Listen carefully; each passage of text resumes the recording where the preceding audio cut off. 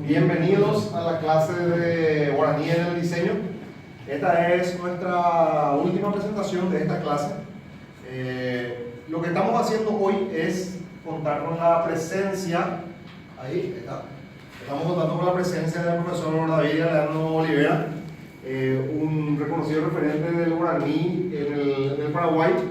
Él mismo nos va a presentar su currículum, es vastísimo, pero por lo menos un resumen de qué hace en la actualidad.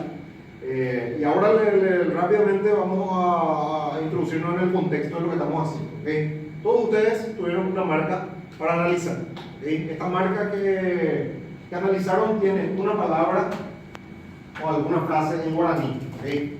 Todas las frases de nuestro idioma guaraní tienen dos posibles orígenes. El guaraní original, digamos, de nuestros antepasados, y el guaraní que se fue haciendo lengua con el correr de los años, ¿verdad?